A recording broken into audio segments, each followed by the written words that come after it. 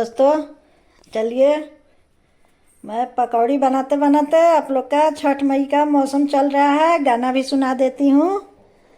चलिए सुनने के लिए तैयार हो जाएं। अरे केरवा के पात पर उगले सूरज मल झाके झुके।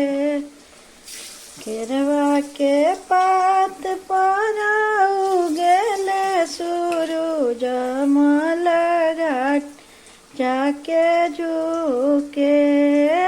करेली छठी बरतिया झाके झुके। हम तो इसे पूछे बरतिया हो बरतिया के करला गे। करेलो छठी बरतिया हो के करला गे। हमरो जे बेटा रंजना ऐसन बेटा हो उनके लागी। हमरो जे बेटा रंजना ऐसन बेटा हो उनके लागी। हे करिले छठी बरतिया हो उनके लागी। हम तो इसे पूछे बरतिया हो बरतिया केकरा लागी। ए करेलो छठी बरतिया हो केकरा लागी। हमरो जे बेटा विशाल ऐसन बेटा हो उनके लागी।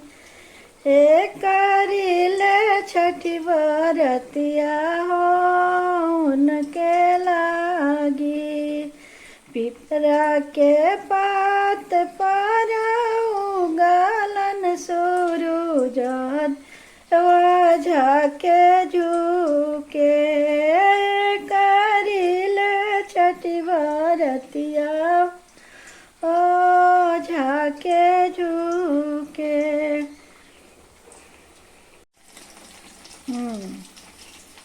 तो आलू देखिए बन गया, कद्दू बन रहा है। आइए एक माटी कोड़ने का हम लोग का जो गांव में माटी कोड़ाता है वो भी सुना देती हूँ।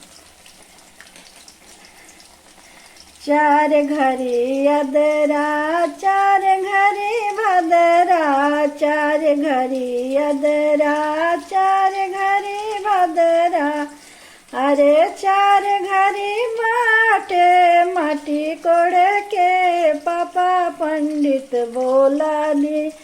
सुदीन देखे के पापा पंडित बोला दी। सुदीन देखे के पापा पंडित बोला दी। चार घड़ी अदरा चार घड़ी भदरा। चार घड़ी अदरा चार घड़ी भदरा। अरे चार घड़ी बाटे माटी कोड़े के चाचा पंडित बोला दी। सुदीन देखे के भैया पंडित बोला दी। सुदीन देखे के भैया पंडित बोला दी। अरे चार घड़ी अदरा चार घड़ी भदरा। चार घड़ी अदरा चार घड़ी भदरा। अरे चार घड़ी बाटे माटी कोड़ के पापा पंडित बोला दी। सुदीन देखे के चाचा पंडित बोला दी। सुदीन देखे के भैया पंडित बोला दी। सुदीन देखे के भैया पंडित बोला दी।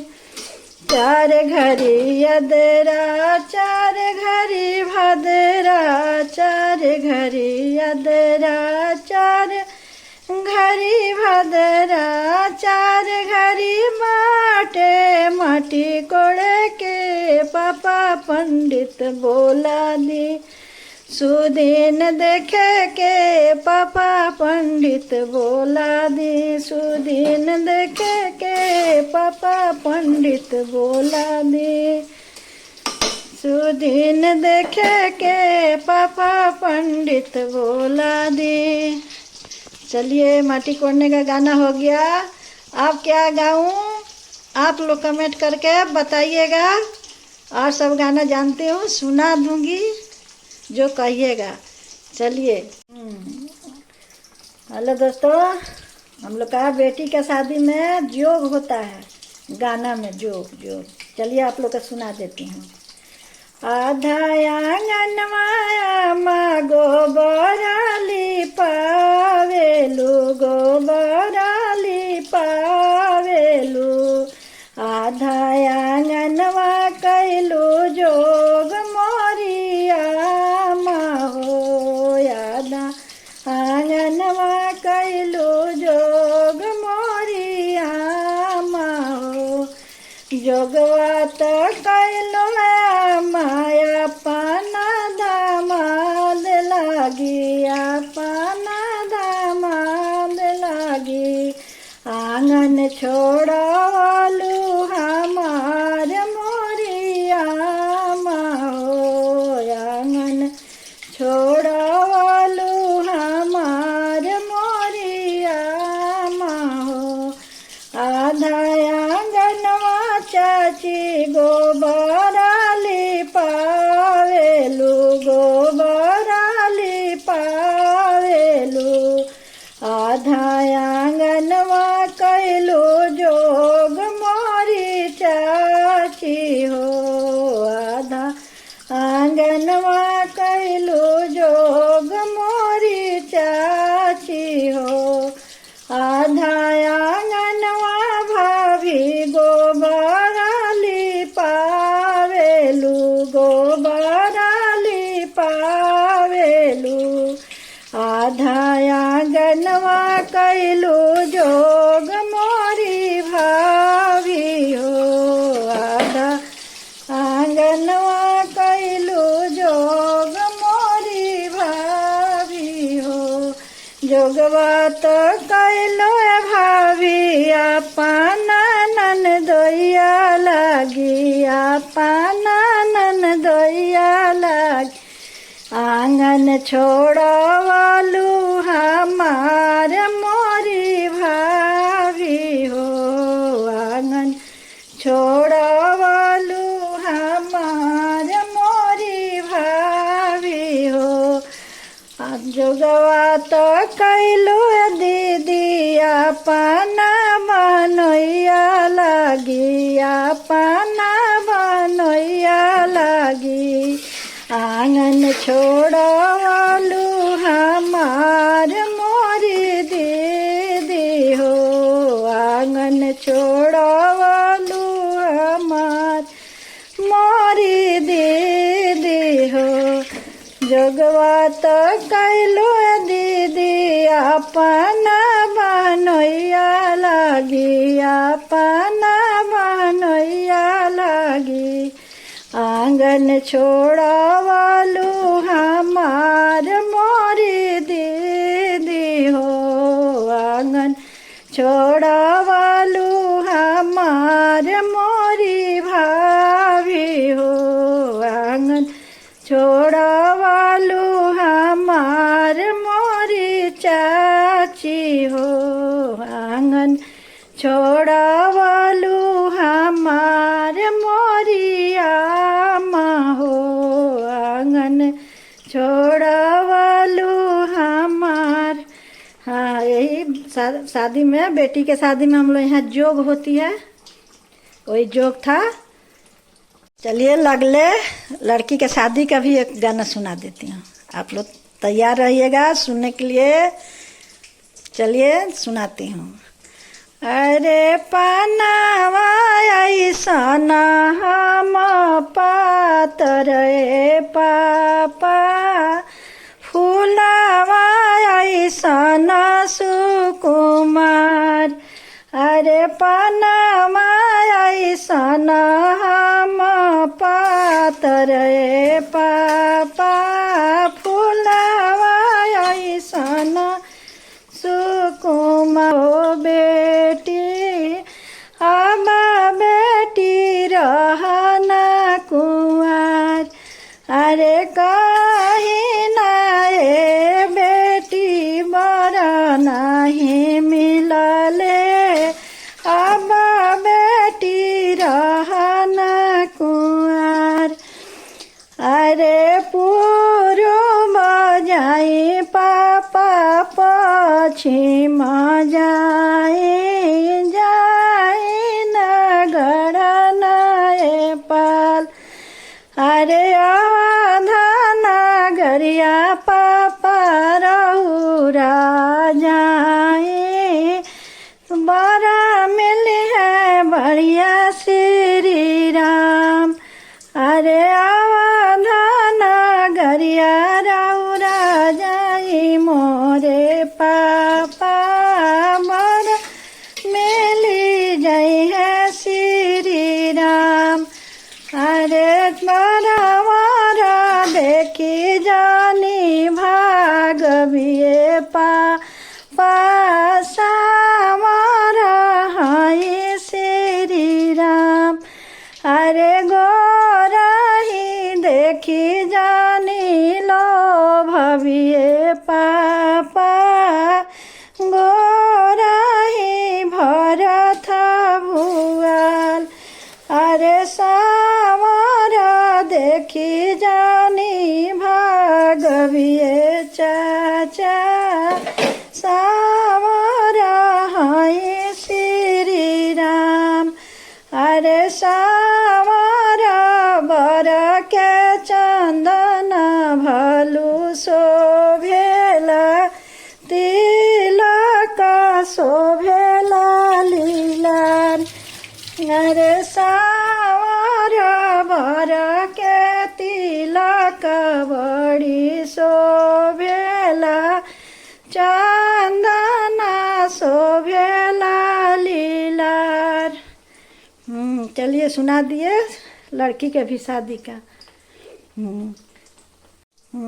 दोस्तों एक और बेटी के शादी का गाना सुना देती हूँ, आप लोग तैयार रहिए सुनने के लिए।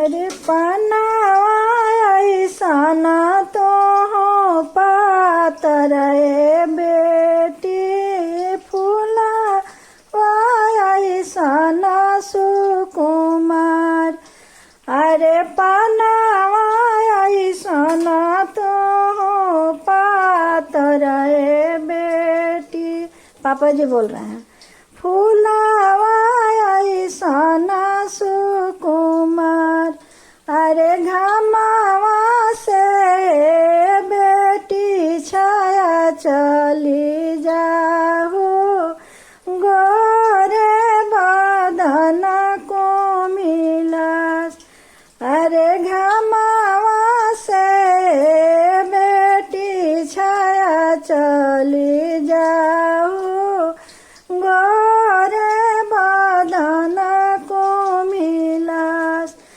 अरे कही तू तय बेटी तमुआ तना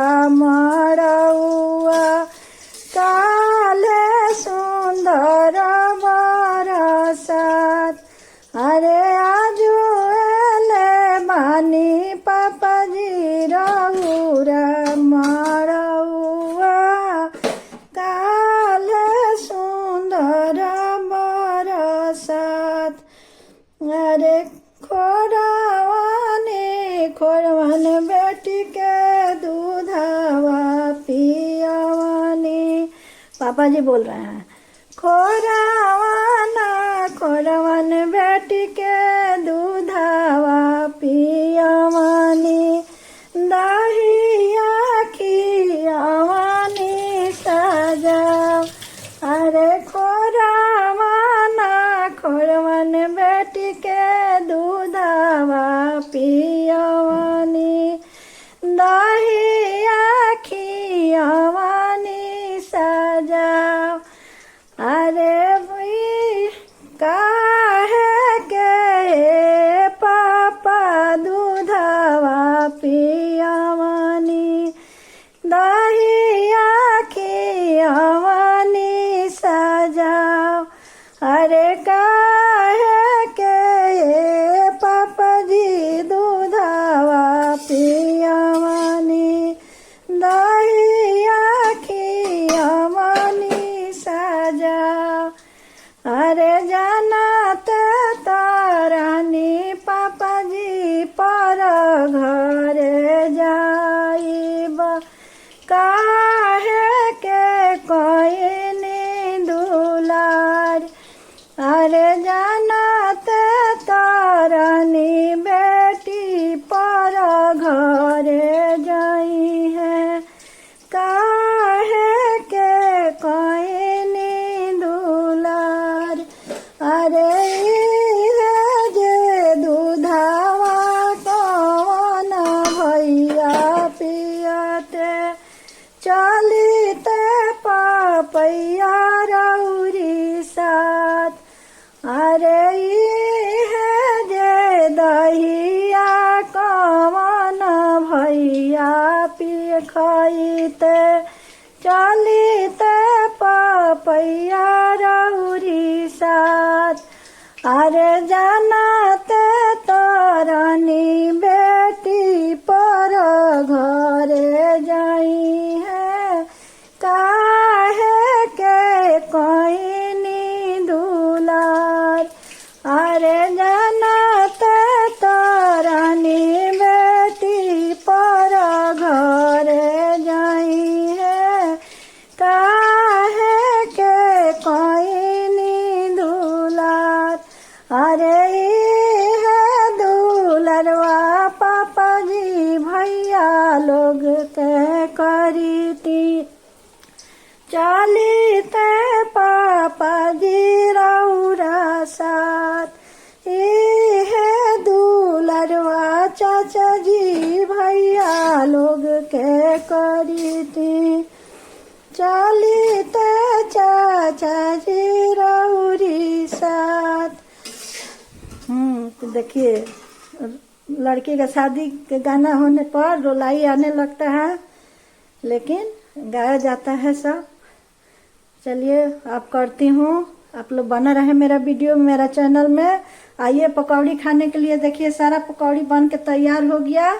आप लोग भी आइए और आप लोग भी परोस के खिलाऊंगी।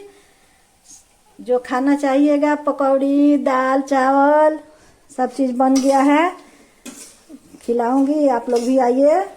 चलिए मैं मोबाइल ऑफ करती हूँ। अब दीपावली आ गई है। दीपावली के पूजा होगा, धनतेरस दीपावली एकदम शुरू हो गया। छठ पूजा खरना अर्घा नहा खाने लौकी कद्दू भात सब होगा सबके घर में। अब बिजी होने वाले आदमी हैं, सब कोई बिजी हो जाएंगे। राम आएंगे तो अंगना सजाऊंगी, राम आएंगे तो अंगना सजाऊंगी। दिया बार के मैं दिवाली मनाऊंगी, राम आएंगे तो अंगना सजाऊंगी। सबको यही गाएंगे और अंगना सजाएंगे और दीपावली का पूरा पटाखा फूटेगा, फुलझड़ी फूटेगा, एकदम इतना अच्छा लगता है। सब कोई बना रहे मेरा वीडियो में देखने के लिए क्या क्या होगा।